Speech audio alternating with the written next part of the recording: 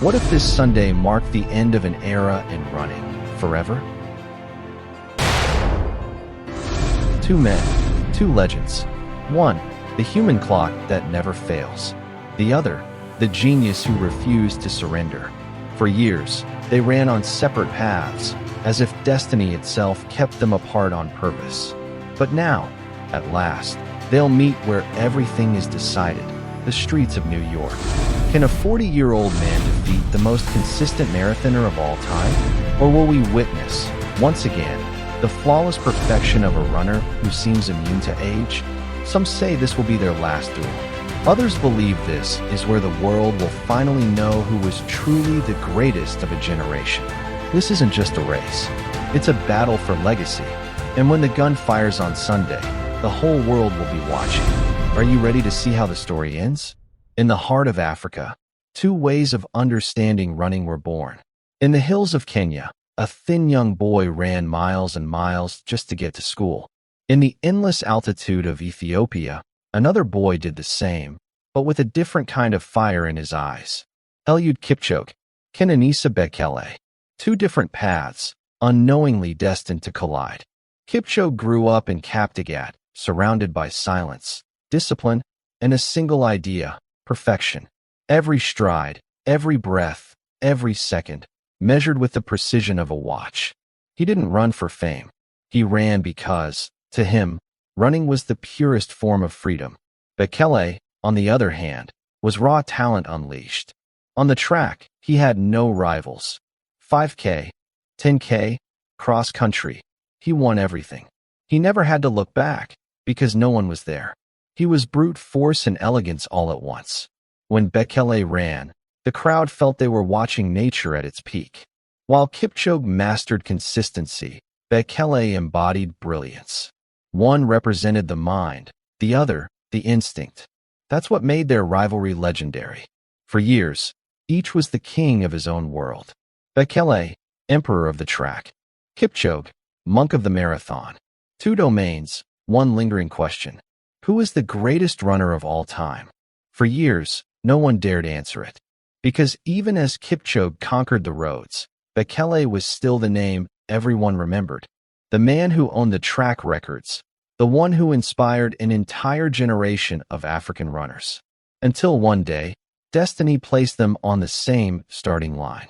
Kenya versus Ethiopia. Discipline versus talent. Perfection versus genius. And the world realized something. When these two run, it's not about who wins. It's about witnessing something that only happens once in a generation. Their paths first crossed on the track. Paris, 2003. Kipchoge was 18. Bekele was already a star. That day, the world saw the birth of a rivalry that would define an era. 5,000 meters. Final lap. Bekele and El Guru prepared for the final sprint, but no one saw the young Kenyan coming. Kipchoge appeared like lightning and left them both behind. He won gold. He won respect. And he won a lifelong rival. From then on, their careers ran parallel. Bekele became the undisputed king of distance running. World records at 5,000 and 10,000 meters. 3 Olympic golds, 11 world titles. A reign that seemed eternal. Kipchoge, meanwhile, learned to wait. He didn't have Bekele's explosiveness, but he had something else, a mind of steel. The kind of calm only those who know time is on their side can possess. Years passed. Bekele kept destroying clocks. Kipchoge kept sharpening his rhythm, his technique, his mind. And when Bekele finally grew tired of the track, Kipchoge was ready to conquer the asphalt. The stage shifted. The marathon became the new Olympus. And there, Kipchoge built his empire.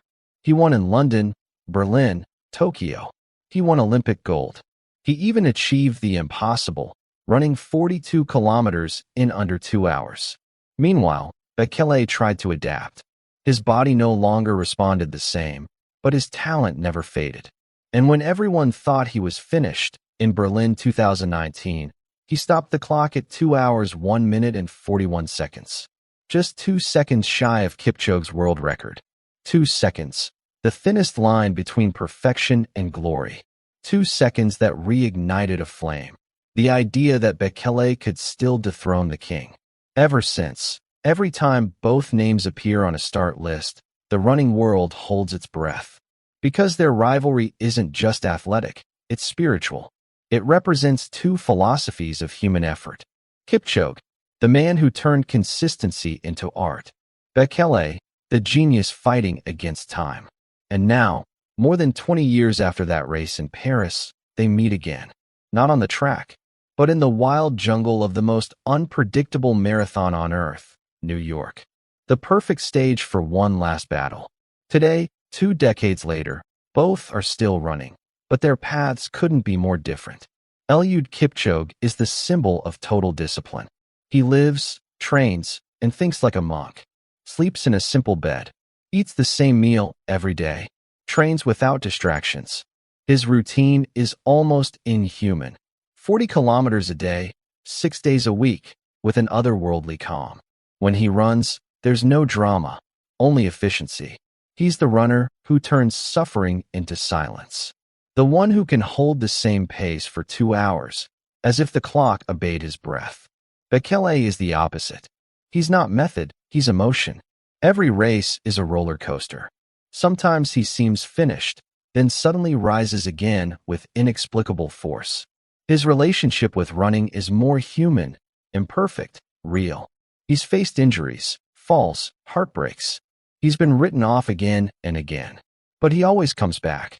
And every time he does, he reminds the world, he's still one of the greatest. At 43, he still trains at Ethiopian altitude, obsessed with one mission. To prove that age doesn't define a runner, that greatness doesn't fade, it only sleeps. Meanwhile, Kipchoge also feels time's weight. After 2 decades at the top, his body has changed. In 2024, his victories became rarer, less dominant. But Kipchoge never gives up because he's not racing others. He's racing his own legend. That's where they meet today. 2 men who've won everything, now facing time itself in 2 different ways. Kipchoge wants to prove that perfection can endure. Bekele wants to prove that genius never dies. On Sunday, in New York, one will run to defend his throne, the other to reclaim it, and both to write their names into history one more time. New York is no ordinary marathon.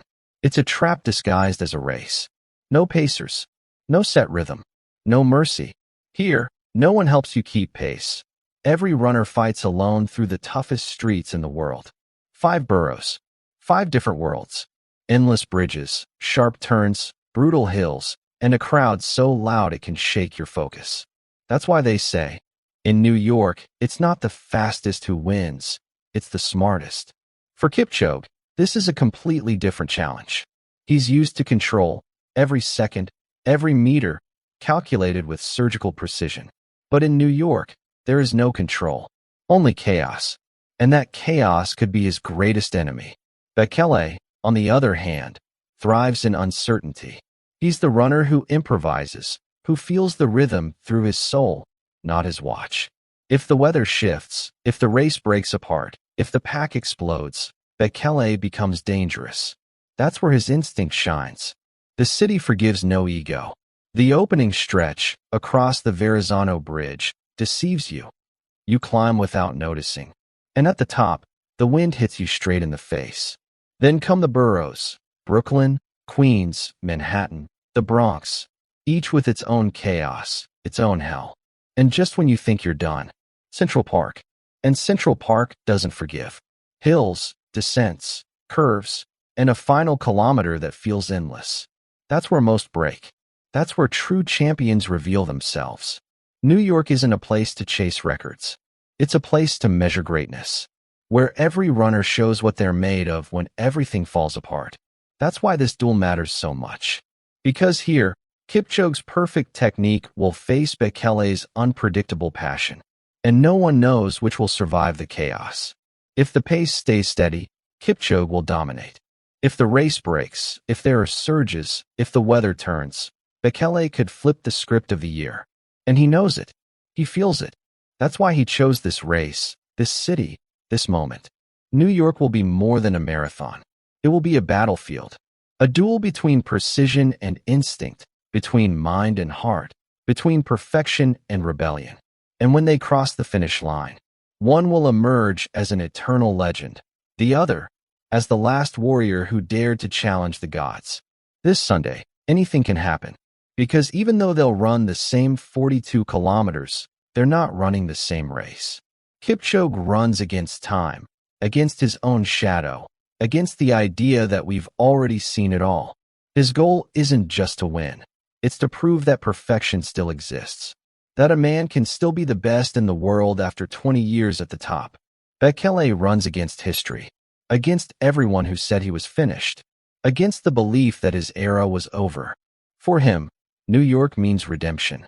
He doesn't need records. He needs one victory. Just one, to close the circle.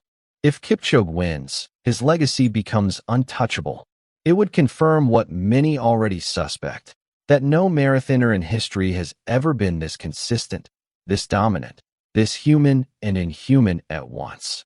But if Bekele wins, it will be an earthquake, the rebirth of a genius, the impossible comeback, the triumph of emotion over logic. And at that point, stats and records won't matter. Only the soul will. Who has more left when the body has nothing left to give? Because in the end, that's what the marathon truly is. A race not run with the legs, but with the heart. And when they cross that finish line, one will have written the final page of his legend, and the other will have proven that legends never die. This Sunday, New York won't just host a race. It will witness a farewell or a resurrection, the end of an era or the beginning of a new one. Kipchoge, Bekele, two men, one throne, and you, watching history unfold at full speed before your eyes. Now, if you want to understand why Kipchoge can do what he does, watch this video. I trained exactly like him for a week, and what I discovered will surprise you.